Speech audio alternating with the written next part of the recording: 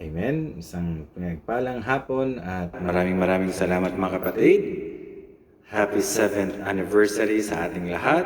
Amen. It has been a journey na binigay sa atin ng Panginoon. Binigyan po tayo ng 7 taon na sa ating pong araw-araw na sama-samang pananalangin, sama-samang pasasalamat at pagpupuri sa kabutihan ng Panginoon. At sa lahat ng ating mga kapatid na kasama po natin ngayon, magandang hapon at maraming salamat. At higit nating pasalamatan ng Diyos na mabuti sa kanyang katapatan at kanyang kadakilaan sa ating mga buhay. Tandaan nito mga kapatid, He has given us 7 years mga kapatid na tayo ay araw-araw na makikita, magninilay at makikinig ng mabuting balita. Kaya maraming salamat Panginoon, maging sa Banal na Espiritu na siyang kasama po namin Panginoon throughout these years. Maraming salamat sa mga kapatid po natin na nandito na. Amen. Sa Facebook, sa Google Meet, kay Ate Evelyn, Ate French, Kuya Jeff, Amen, Ate Jo, kay Miss Mara, Ate Malu, Ate Maris, Ate May, Sermon, at sa lahat ng mga kapatid po natin na papasok mamaya-maya konti, magandang hapon po sa ating lahat. Amen. Happy anniversary! At nawa sa hapong ito mga kapatid, Amen, patuloy tayo na pagpalain, iingatan at gabayan ng ating Panginoon. At higit sa lahat, bigyan niya tayo ng kalakasan araw-araw na marami pang taon ang atin pong pagsasamahan. Amen. Sa hapong ito, mula sa hapong ito hanggang sa susunod pang mga taon, between 5 o'clock until 6 o'clock in the evening. Amen. So tayo pong lahat mga kapatid ay manalangin. Ate Maris, go ahead. Philippines, bawat isa na narito sa bansang Pilipinas, mag-isa na sa bansang Saudi. Good evening everyone. Happy, blessed and victorious 7th years anniversary para po sa inyong gawain dyan sa Saudi. Isa pong mapagpalang gabi. Patuloy tayo sa diwa ng panalangin sa oras nito.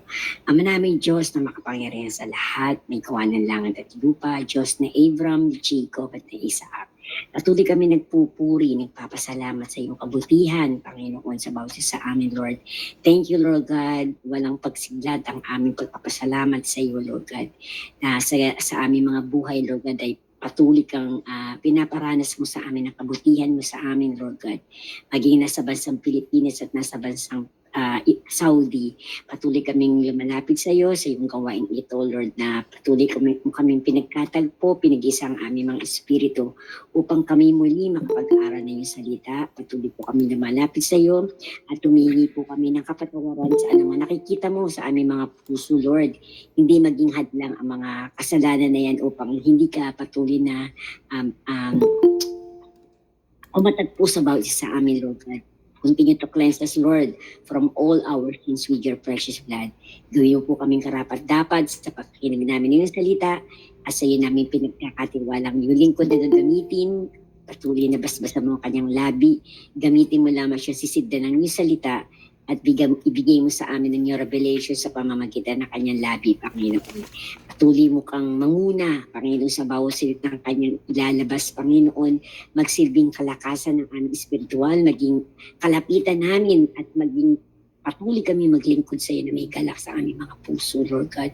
Sa iyo namin pinagkakatiwala mga nalalabi naming oras. Be the programmer, Lord God, sa iyong gawain ito, and be exalted, be magnified, be glorified in our platform, Panginoon, na ito, Lord. Patuloy mong hipuin yung mga kapatid namin wala pa rito ngayon para ipaalala mo sa kanila, Lord God, ang pakikipag-niig nila sa iyo, Panginoon, sa pamamagitan ng platform na ito. We give you praise, we give you glory, honor, and thanksgiving in Jesus' mighty name. Everybody says, Amen and Amen. Amen. God bless us. Maraming salamat, Ate Maris, at welcome po sa mga kapatid natin kakapasok ko lang. Ate Princess, Ate Divine, Ate Era, Amen. Kay Pastor Erwilin at kay Kuya June, Amen. At sa lahat ng mga kapatid po natin na nandyan, maraming salamat po mga kapatid mo kay Ate Jo. Amen. Brothers and sisters, our 7th year anniversary text is taken from the book of John, chapter 12, verse 24. John 12:24 says, "Unless the grain of wheat falls into the earth and dies, it remains alone. But if dies, it bears much fruit." Pakatandaan ninyo, hanggat hindi nahuhulog sa lupa ang butil ng trigo at mamamatay, mananatili itong nag-iisa. Ngunit kung ito'y mamamatay, mamumunga ito ng sagana. Mga kapatid, ang mabuting balita ng ating Panginoong Hesus. Ama, Ikaw ang Diyos, Panginoon, na nagbibigay ng buhay at plano, Panginoon, sa amin, na isa sa katuparan ang mga plano po ninyo dahil sa inyong kagandahang loob sa amin. In fact, Panginoon, You are a farmer that plants us to grow and bear much fruit. Kaya, Panginoon, sa inyo po kami lumalapit at sa inyo po kami, Panginoon, nagpapasakop, sapagkat kung kami hiwalay sa inyo, wala kaming magagawa.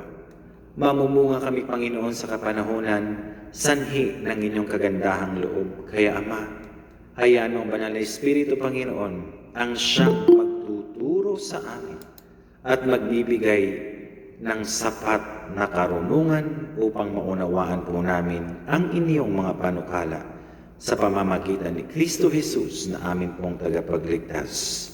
Amen. Pagkatandaan ninyo, hanggat hindi nahuhulog sa lupa ang butil ng trigo at mamamatay, mananatili itong nag-iisa. Ngunit kung ito'y mamamatay, mamumunga ito ng sagana. Mga kapatid, meron pong isang kwento, amen, ng isang bamboo farmer. Amen? So yung farmer na ito, nagbalak na magtanim ng mga kawayan sa paligid ng kanyang taniman. Sapagkat alam niya na kung may nakatayong mga kawayan, may tumutubong kawayan sa paligid ng kanyang mga ari-arian, amen, at least secured ito sa anumang hayop na mapaminsala, amen, hindi agad makakapasok. So he planted, mga kapatid, amen, those seeds, amen, punla ng mga bamboo. And it so happened ang kanyang pagtatanim is between ng paalis na yung tag-ulan at papasok na yung tag-init. So naabutan ng tag-init ang kanyang pagtatanim. Kaya ang ginagawa niya, amen, he waters the ground daily, he tends the soil, and protects the place where nothing can yet be seen. Amen? So araw-araw tinitingnan niya, tumubo na ba ang mga kawayan na kanyang itinanim? So lumipas, mga kapatid, ang mga linggo, ang mga taon, and almost a year. Pero wala man lang, mga kapatid, tumubo ni kahit isa na maliit na sprout doon sa napakaraming itinanim niya, mga kapatid. Amen? Na kawayan. So pinagtatawanan na siya ng kanyang mga kapitbahay na magsasaka din. Kasi ikaw nagtanim ka kasi sa panahon ng tag-init. Hindi mabubuhay yan, mamamatay yan, naabutan ng tag-araw. Amen? Pero hindi tinakasan or iniwanan ng pag-asa, mga kapatid, itong farmer na ito. Every day, tinitingnan niya, chine-check niya. Amen? And it would seem the seeds fail sa mata ng marami. It disappears sa mata ng nakakita or was buried for nothing. So kaya siya pinagtatawanan. But the farmer keeps on watering what he planted. He understands something others do not. And he sees what others have not seen. So during those quiet years, mga kapatid, those bamboo shoots na itinanim niya is not inactive. When in fact, it's building an underground root system strong enough to support the height it will one day carry. So bago tumubo mga kapatid ang mga sprouts ng bamboo, yung bamboo sprouts na itinanim niya mga kapatid, ang unang tumubo doon ay ang mga ugat. Na pagdating ng panahon, pag tumubo na ang mga sprouts pataas, amen, those roots can uphold and sustain yung mga tumubo na sa itaas. Brothers and sisters, then after years of unseen preparation, the bamboo suddenly rises and they grow rapidly. In short time, sa maiksing panahon, the shoots upward faster than anyone expected at namamanghana yung mga taong tumatawa sa kanya noon at hinahamak-hamak siya. What looked like delay was development actually. And what seemed hidden was actually preparation. Brothers and sisters, you are not buried. You are being prepared. For this anniversary, amen, tandaan po ninyo, hindi ka basta inilibing lang ng Panginoon. You were planted and God expected us to grow. Hindi tayo mananatili sa dilim. Inihanda tayo ng Panginoon na mamunga, to yield mga kapatid, into be a part, amen, of the kingdom ng Panginoon na magdala ng marami pang kaluluwa sa ating pananampalataya. Life can be the same way, kagaya ng mga bamboo shoots na itinanim. Amen? Nang magsasakang ito. There are seasons when progress is invisible. Hindi agad makikita. When prayers seems unanswered. When efforts appears wasted. And when you feel covered by disappointments.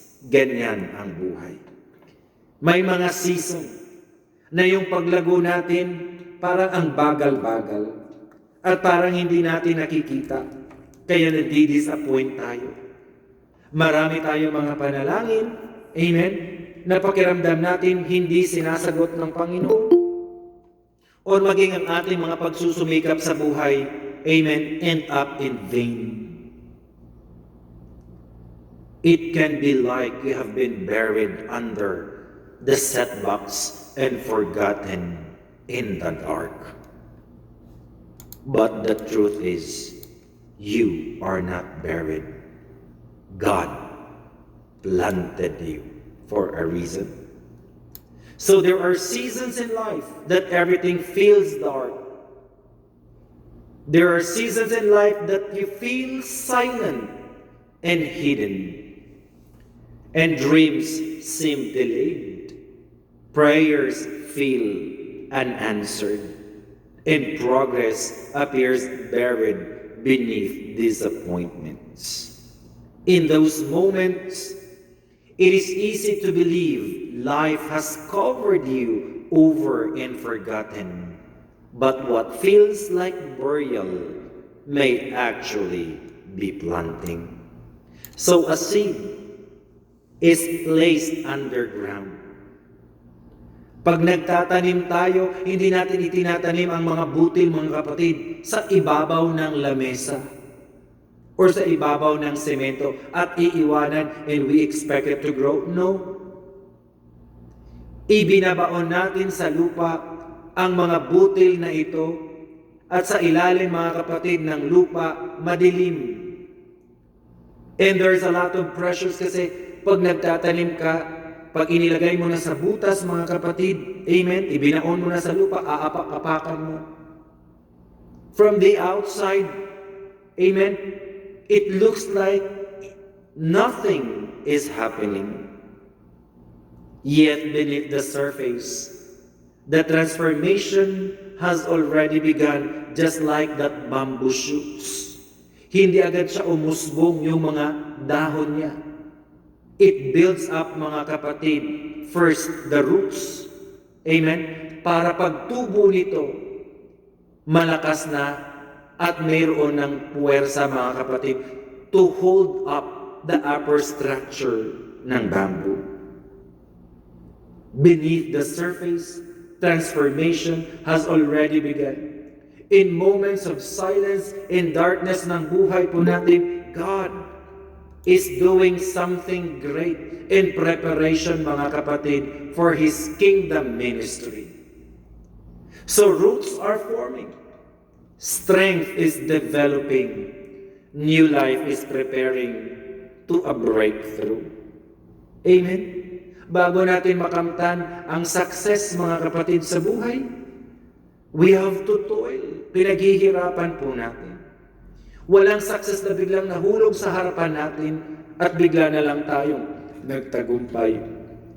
Walang spiritual growth, mga kapatid, na hindi dumaan sa ligligan ng buhay. Walang tumubo at umunlad ng pananampalataya nang nakaupo lamang at naghihintay na dumating ang Panginoon. It takes also, mga kapatid, your participation. In this same way, difficult season often becomes the place where character deepens. Sa panahon, kapatid, sa mahihirap na yugto at panahon ng buhay po natin, this is the place where God is pruning and preparing, mga kapatid, our character. Deepening our character. Where faith grows, where wisdom forms, and purpose takes shape. Amen? Pag komportable ang buhay, hindi mo maiisip, kapatid, na manalangin. Hindi ka mag-iisip na lumapit sa Panginoon. Only when life, mga kapatid, is difficult. Amen? That your character deepens, your faith grows, wisdom forms, and purpose takes shape. So what seems like loss can become a preparation for us. Yung sa tingin natin, naku, failure na naman ito sa buhay ko. Naku, isa na namang dagok ito sa buhay ko. Sa tingin ng sanlibutan, it is always a setback. Sa paningin ng Diyos at sa paningin ng isang Kristiyano, it is always the privilege to come to Jesus. It is actually an open invitation from Jesus to come and to trust the process where God called us. God is expecting us to trust the process. What feels like waiting, mga kapatid, can become growth. Amen? Those bamboo shoots, hinintay siya ng magsasaka ng farmer na yun many weeks, months, and almost a year. Saka lang, mga kapatid, umusbong, but nang umusbong, it was rapid. So what looks like an ending can become the beginning of something far greater. All you need to do is to yield. Ibigay mo sa Panginoon yung mga panahon. Amen? Amen? Yung panahon ng ating paghihirap, ibigay mo sa Panginoon. Hindi lang ang mga paghihirap natin, even the times, mga kapatid, that we are in abundance, give it to the Lord. So do not judge your future by your current surrounding. Your current surrounding is not your final destination. It is just a part of your journey. The soil around you is not your grave, kapatid. I said this yesterday. sa mga kapatid. Amen? Don't feel sorry of your past, that bad past. It's just a chapter of your life. It was just a season of your life. Because God can always turn grave into a garden. Kayang-kaya mga kapatid. Amen? God can always turn the dirtiest, the ugliest part of our lives, of our past, into a beautiful, amen, colorful garden. It is not a grave for you to stay forever.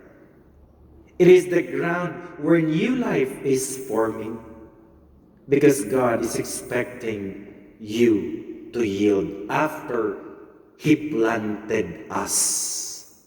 So stay rooted. To what? To the words of God.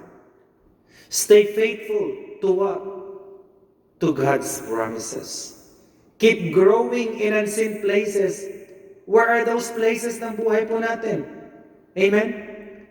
The sad part, the painful part, the disappointment parts, your failure parts, even your joy and your happiness. Those are places that others cannot see. Only you can and God can.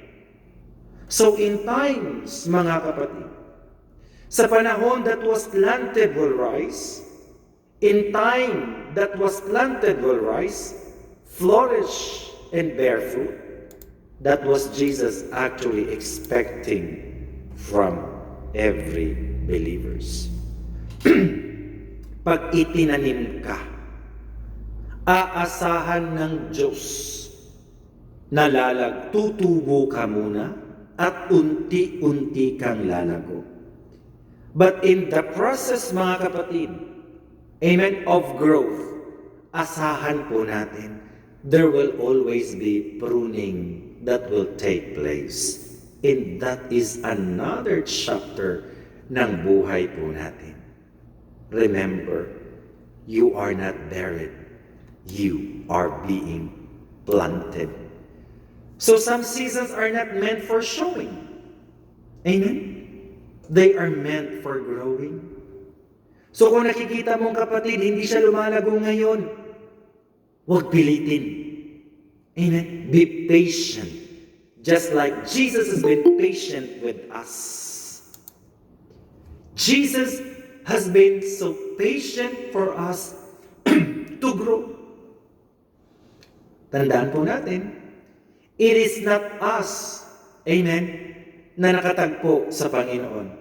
Tayo ang kinatagpo ni Lord.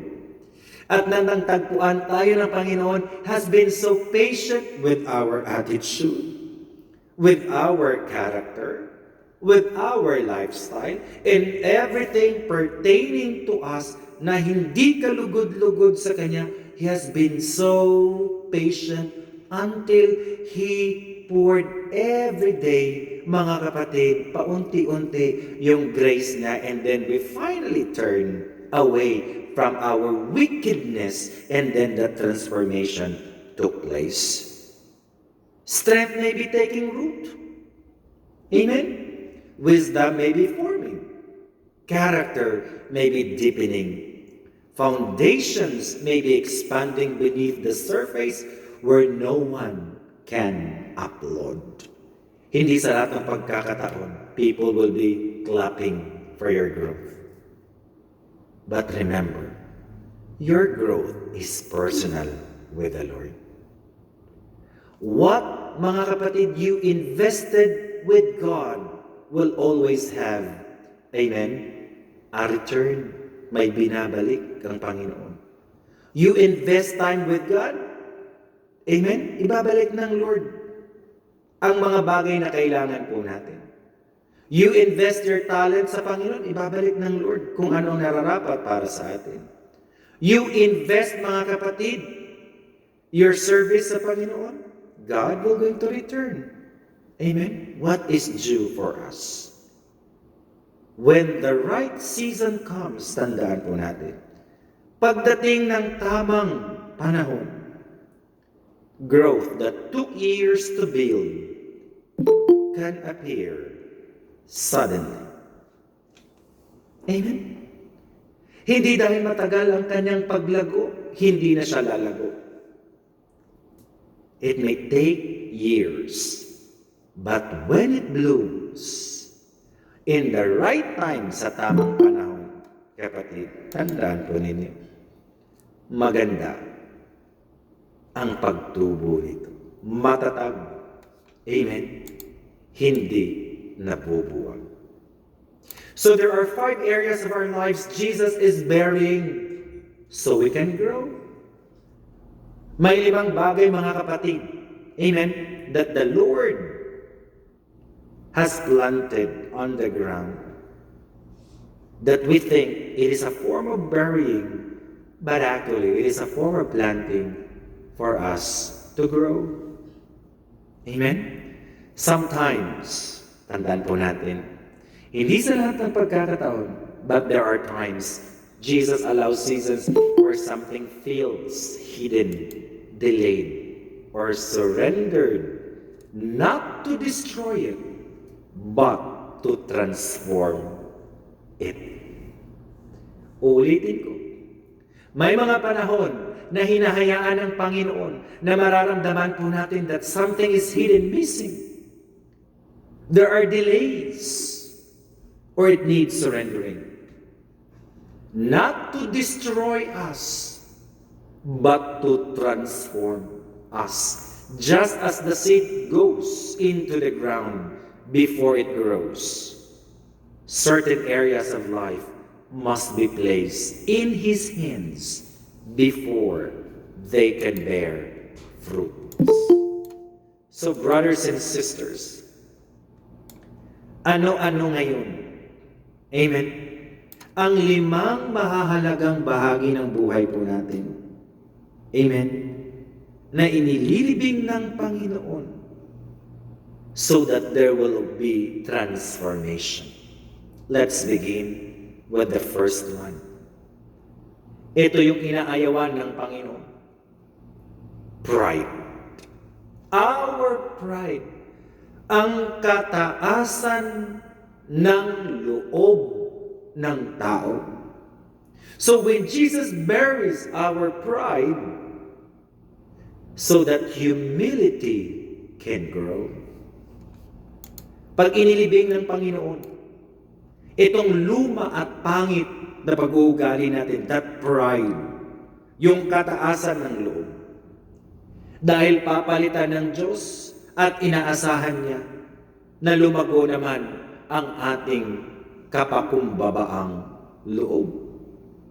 James 4:6, God opposes the proud, but gives grace to the humble.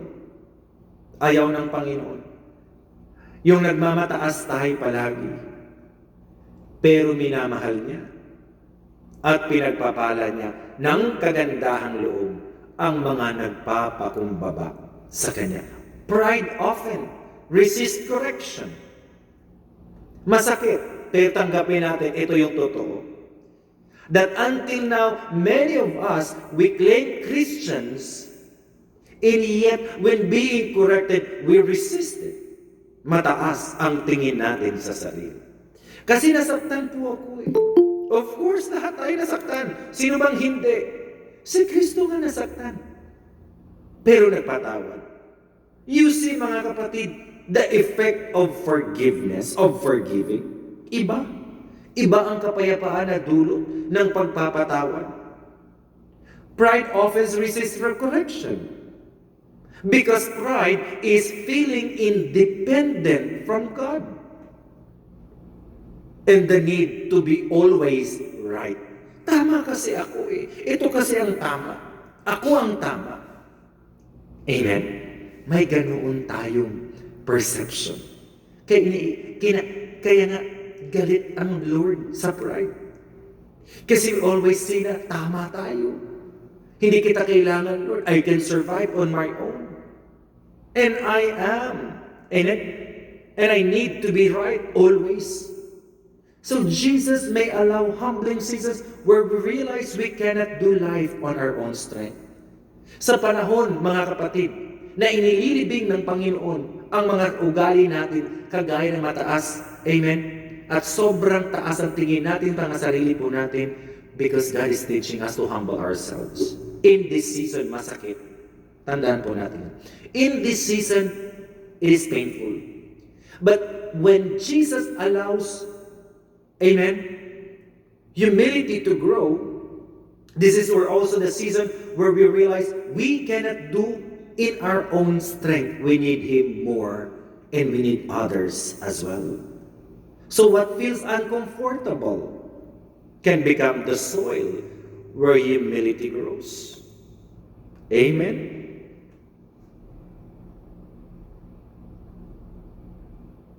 Pagpapatawad, kapatid, hindi siya madali.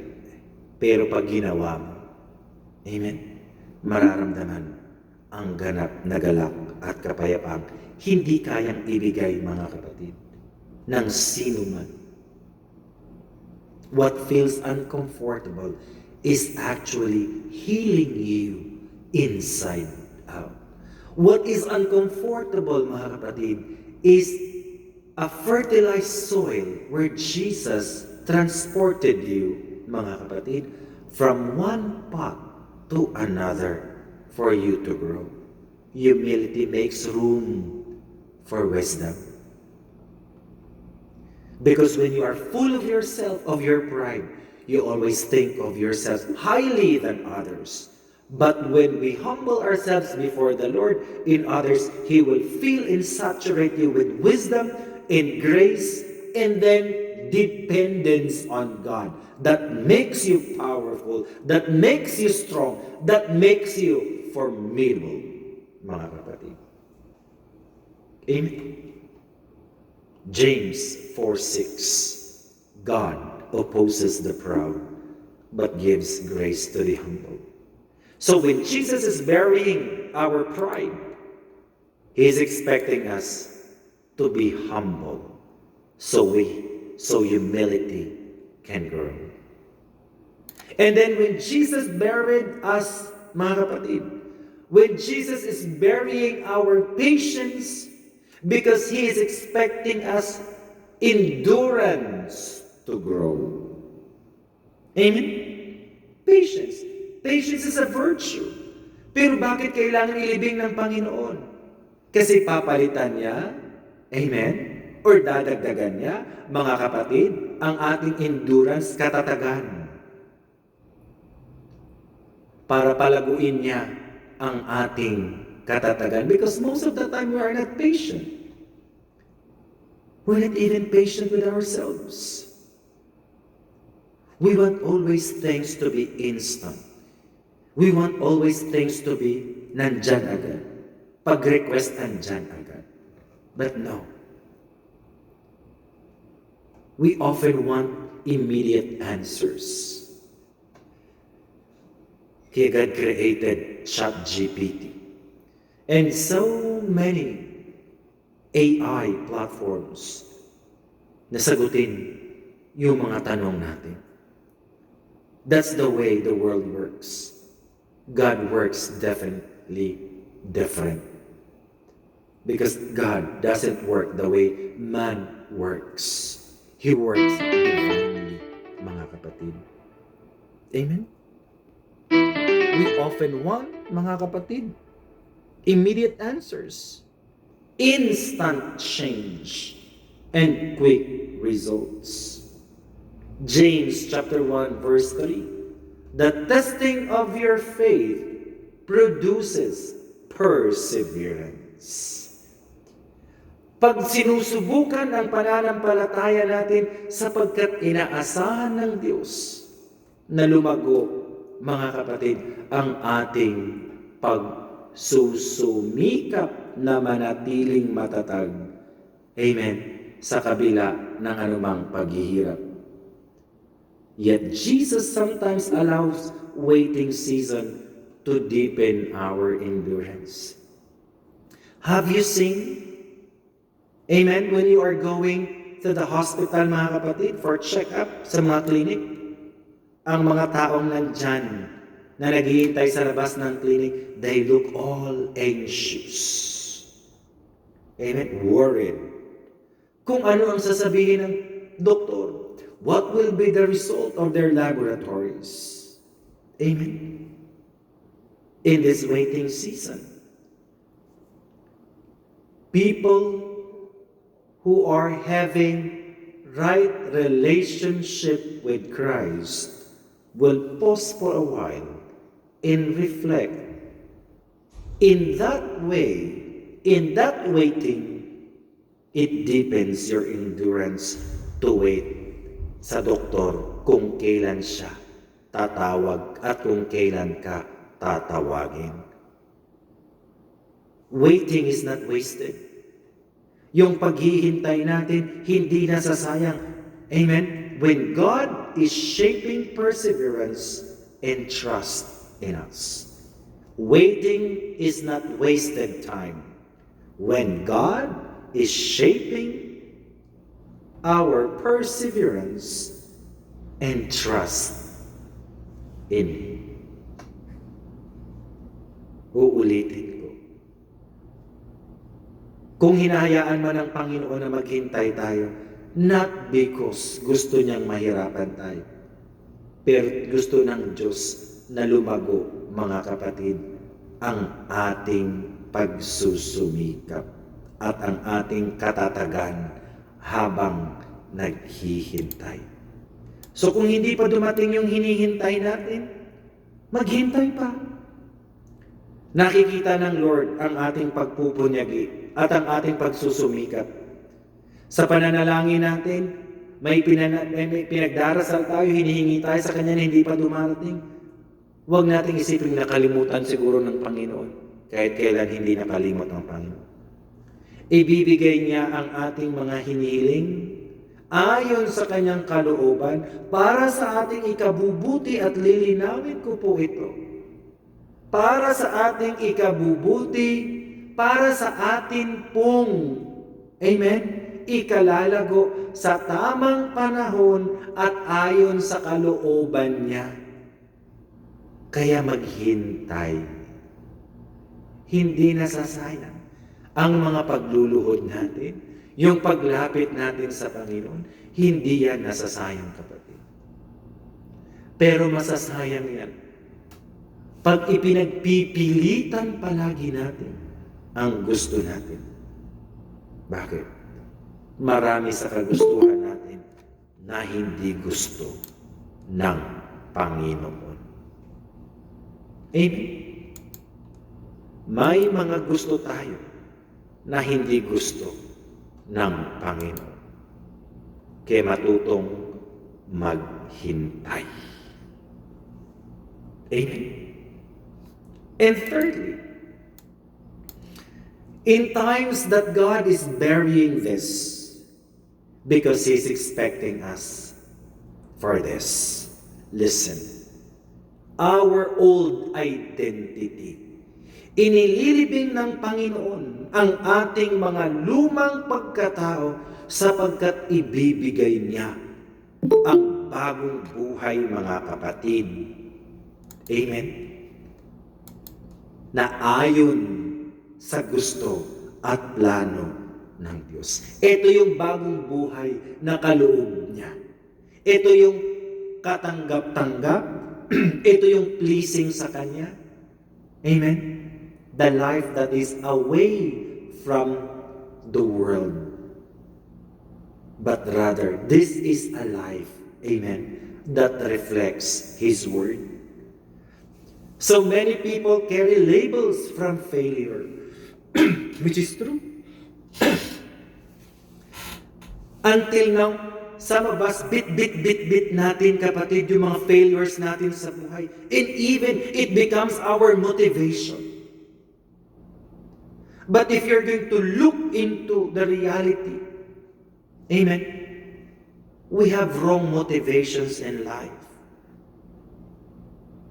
May mga gandang motivation, may hindi magandang motivation.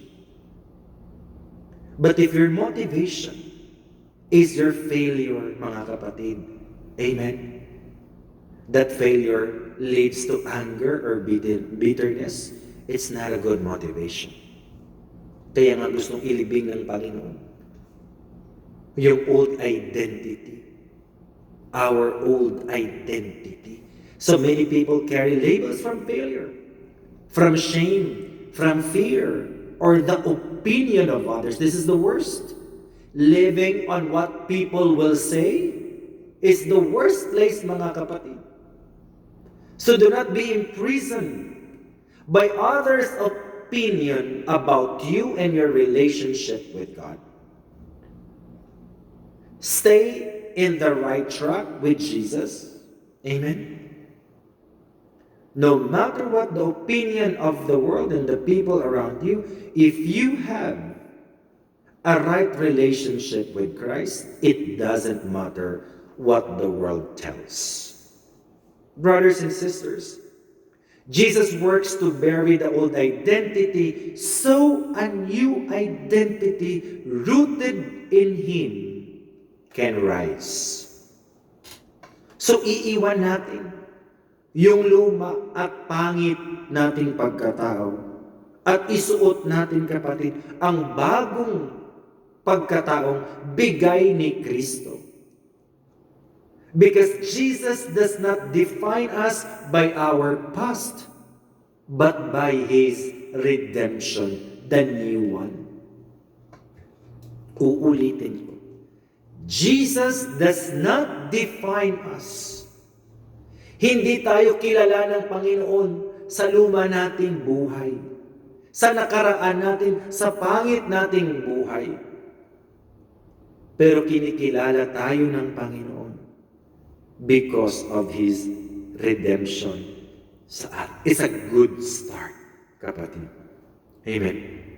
Na lumago at magpatuloy sa Panginoon.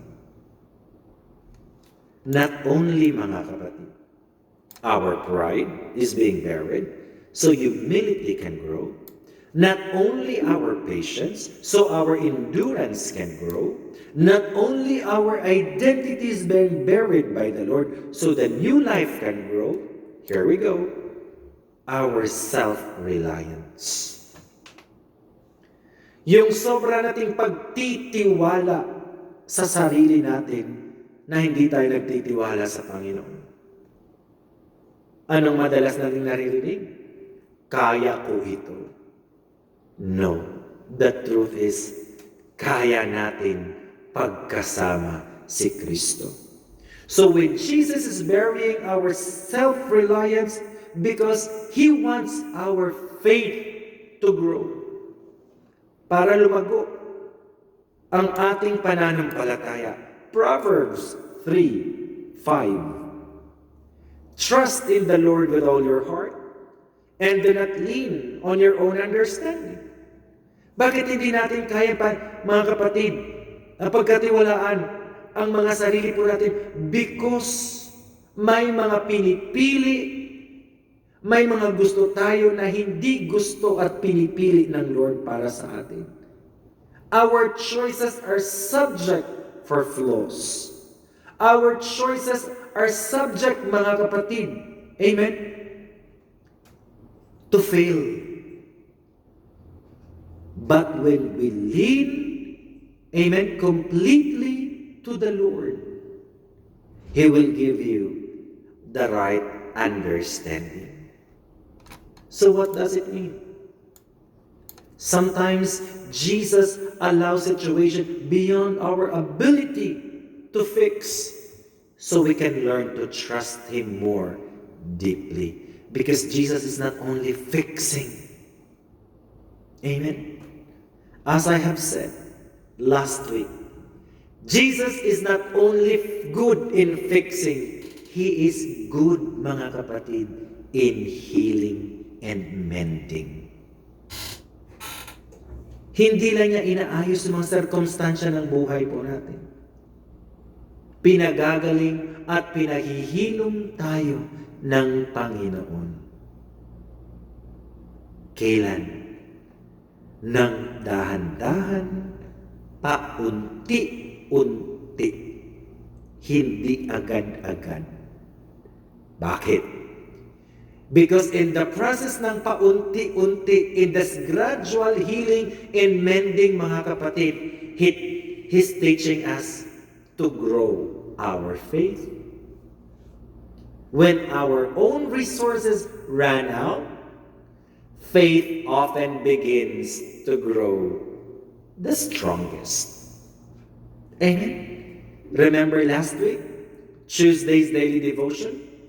God provides in the season of barrenness and scarcity. Kaya bigay ng Panginoon. But in this season, yung palagi nating inaasahan, meron kasi ako marami nito, hindi ako magdarahop, hindi ako magkukulang.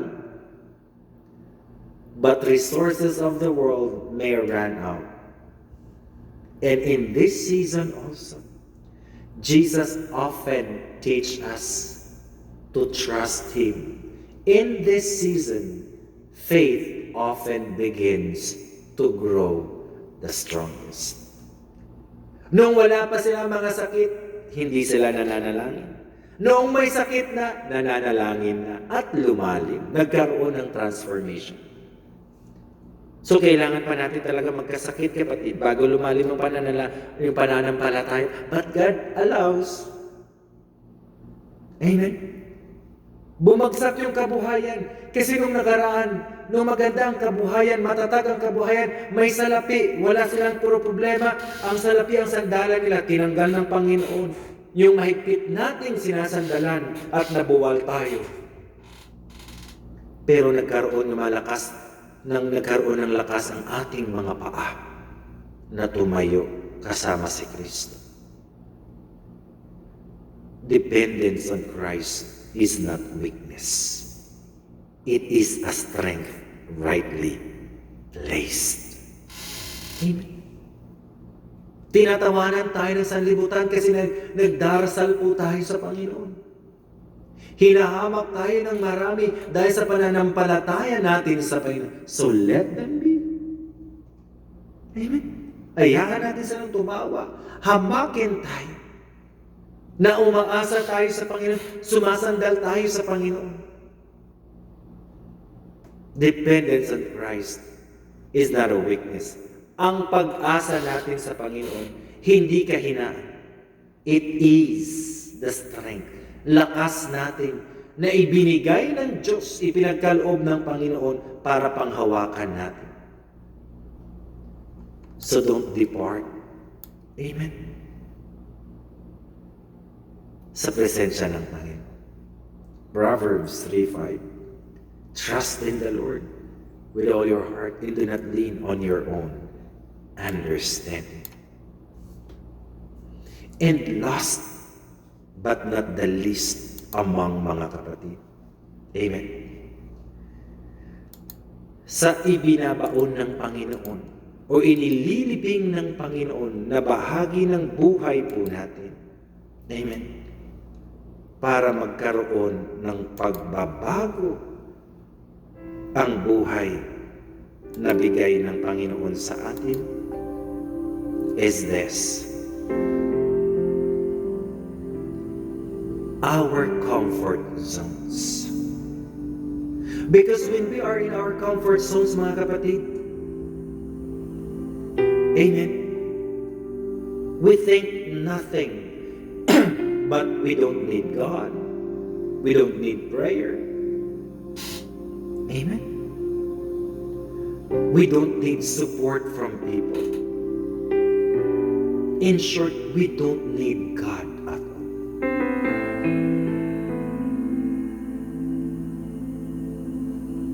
So when God is burying our comfort zone and pulling us out of our comfort zone because God is setting a purpose to grow.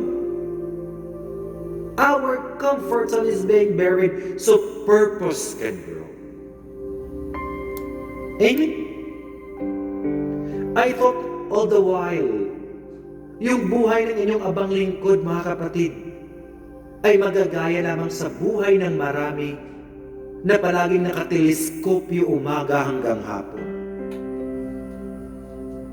I thought yung buhay ko, mga kapatid, is just for fun until God brought me out of my comfort zone. And the purpose starts to grow.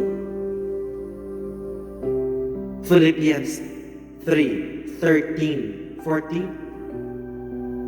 Forgetting what lies behind and straining forward to what lies ahead, I press on toward the goal. So may plano ang buhay, kapatid. Hindi ka lang umusbong na parang kabuti na walang plano ang Panginoon. There is a plan for you, for me, and for all of us. Comfort can keep us safe but stagnant. Amen? Comfort can keep us safe, yes. Ligtas ka dyan sa comfort zone mo, pero mananatili kang banso. Hindi ka lalago, mahina pa. Jesus calls us into unfamiliar places.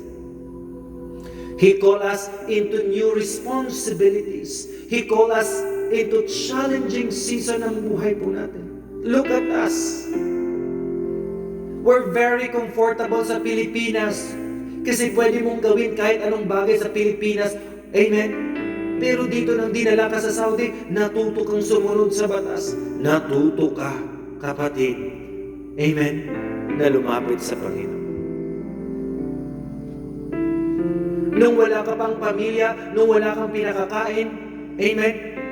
Okay lang buhay po natin. Pero nung binigyan ka ng responsibilidad ng Panginoon, hindi ba't natuto na magkaroon ng direksyon at layunin ang buhay po natin? In this challenging season ng buhay po natin, hindi sa lahat, mga kapatid, okay tayo. May panahon na magkakasakit tayo. May panahon that we will be physically challenged, emotionally challenged, financially challenged, whatever you call it, professionally, masusubukan tayo. Here we go. God is setting purpose so we can grow. What feels like loss of comfort may actually be the beginning of calling. Yung mahirap na desisyon, kung bibitawan mo o mananatili ka. Amen? Kung kakapit ka pa ba, o kailangan mo bitawan. Madalas ang sasabihin ng Panginoon, bumitaw ka. Kailangan mong bitawan nang sa gayon papalitan ng Panginoon ng mas malaki at mas maganda. And when God is transporting you from one path to another, do not resist. Because in the new path, the soil is being fertilized, moistened. It will sustain you on your growth. And in this new path where God is transporting you, you will be of greater purpose and usefulness. So learn to go out of your comfort zone. Do not be afraid what lies ahead. Who knows what next? Only God. That's where faith starts. Pag inihakbang natin ang ating mga paa, kahit hindi natin alam ang kasunod, bahala na ang Lord ang kailangan natin. Hayaan natin hawakan ng Panginoon ang ating mga kapatid. Do not let go of His hand. Don't. Because the moment you let go of His hand, it's the beginning that you're compromising your faith to the world. And you want to go back of that comfort zone. Look what happened to the Israelites. They were taken out of their comfort zone in Egypt. Nakaranas sila mga kapatid ng paghihirap in the wilderness. They want to go back. Kahit they were enslaved. Kasi doon ang sabi, we can eat fish, we can eat meat. There are leeks and onions and everything. But they don't know that God already prepared a promised land to them. But it took 40 years for them to reach the promised land because they keep on resisting and protesting and resisting what God is doing in their lives. In the season that they were being tested, they always complain. In the season, mga kapatid, that your faith is being tested, it means you are being refined. So stay tuned.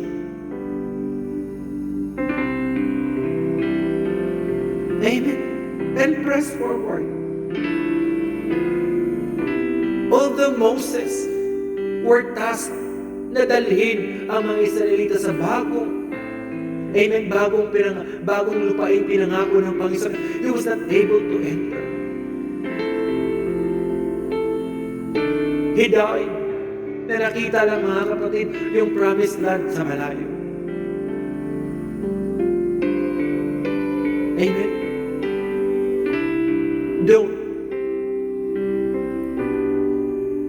Don't be, amen, just a part-timer Christian. Go out of your comfort zone and meet Jesus in those unconventional places. Because there, mga kapatid, He will give you a new calling. He will allow you to grow. And greater usefulness awaits. If something in your life feels barren, ngayon, hirap na hirap yung kalooban mo, napapagod ka na sa buhay because of many responsibilities. It may be because Jesus is growing something deeper than what you can currently see. Most of the time, we're very good in carrying around. Amen. We mask ourselves with broad smiles just to say, I'm okay, I'm fine.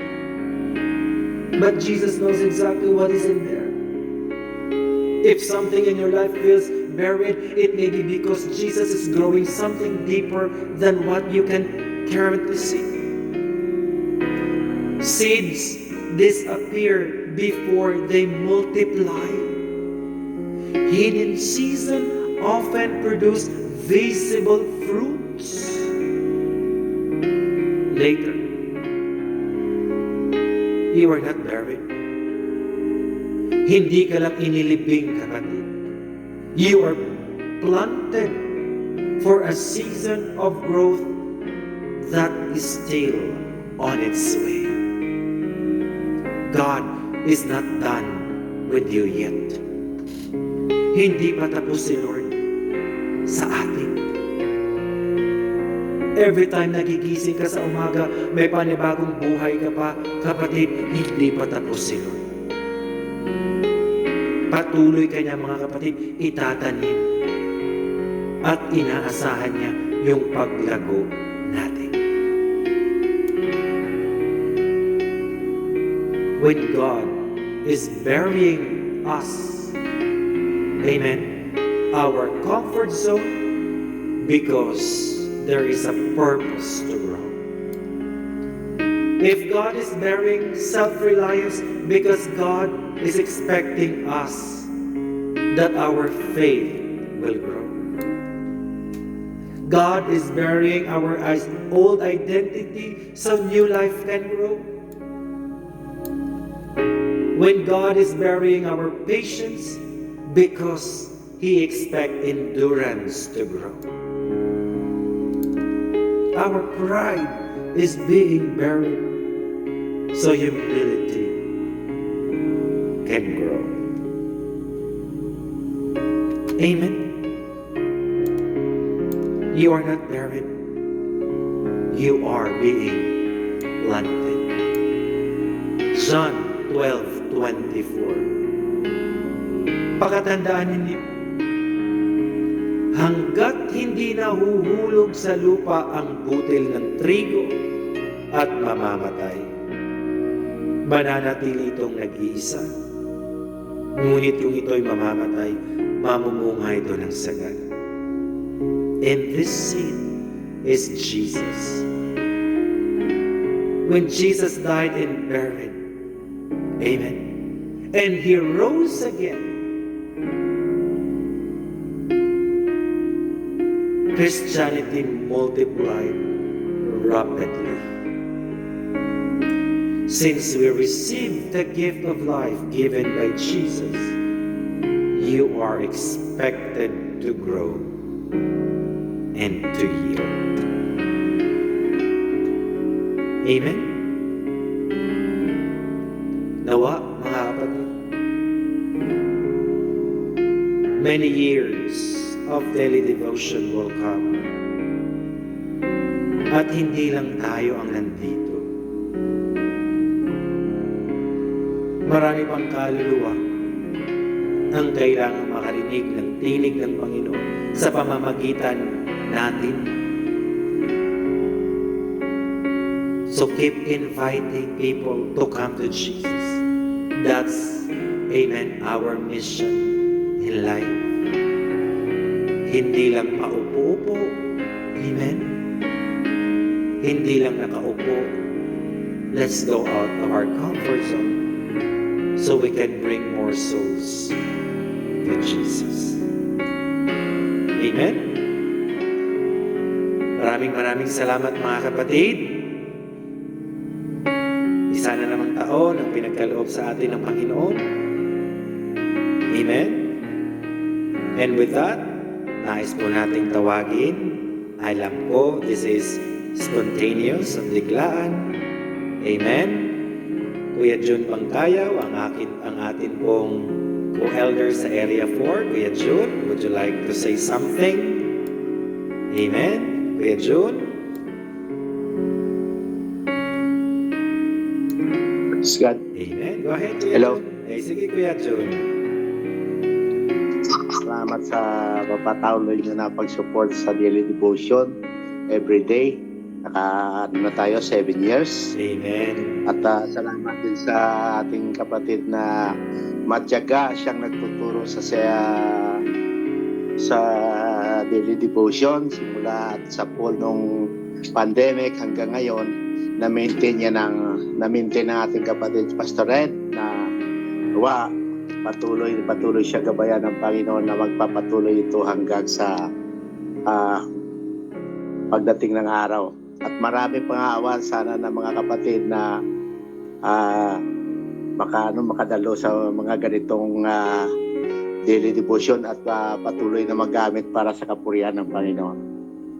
Salamat sa lahat ng mga sa gabing ito sa nakapag-participate at tawa pagpalain tayo ng Panginoon at patuloy niya tayo gabayan at gamitin para sa kanyang kapurihan. Yan lang po. God bless everyone. Maraming salamat, Kuya Jun. Ubusin na natin lahat ng mga elders na nandito. Ate Janet, go ahead. Ate Janet. Yes po, mapagpalang hapon po sa ating lahat. So praise God po sa buhay ng bawat isa na nagpapatuloy sa daily devotion na ito na marami talaga tayong natututo, no? Laging na uplift tayo, no? Minsan natatamaan tayo sa mga words ni Lord, no? Pero sabi nga ni Kuya, diyan po talaga tayo tuturuan ni Lord. Diyan tayo mag-grow, hindi lang tayo mag-sustain na bansot, no? Sa word ni Lord, sabi nga His word is a lamp to our path, no? And a light to our ano ba yun? yun. Tapos yun nga, salamat talaga sa buhay ni Pastoret na patuloy na ginagamit, no? Praise God sa kanyang buhay at sa wisdom and knowledge na binibigay lagi ni Lord sa kanya. Hindi po madali, no, na everyday mag-iisip ka ng topic, pero dahil kay Lord, sa wisdom ni Lord, ay patuloy itong lumalago. Maraming salamat, Kuya Red. Happy 7th anniversary, and mga kapatid, patuloy po tayong mag-focus kay Lord at mag-invite pa rin sa marami pang mga kapatid ang makapagpaturo kay Jesus Christ lamang. Salamat po, Kuya. God bless everyone. Amen. Maraming salamat po. Kay Ate Erwin, go ahead, Ate Erwin.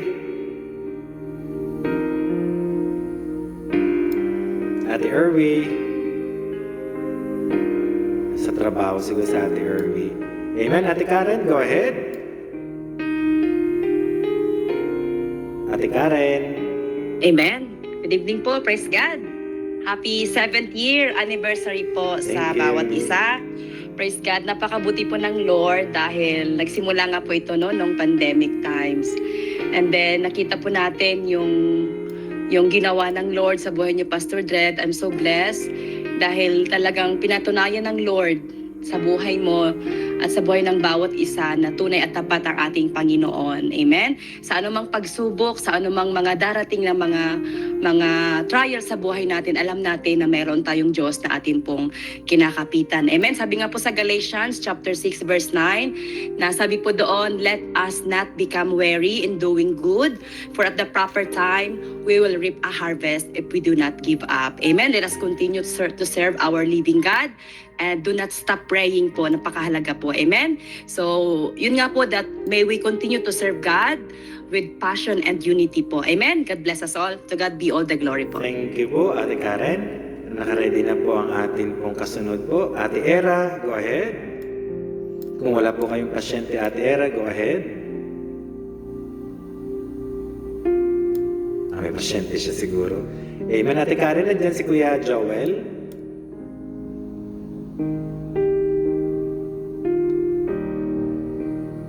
Wala siguro. Amen. So maraming salamat mga kapatid. Amen. Simula bukas, we're going to count na naman another 365 and 1/4 days for our 8th year. Ayan, go ahead. Kuya Joel, go ahead. Kuya Joel.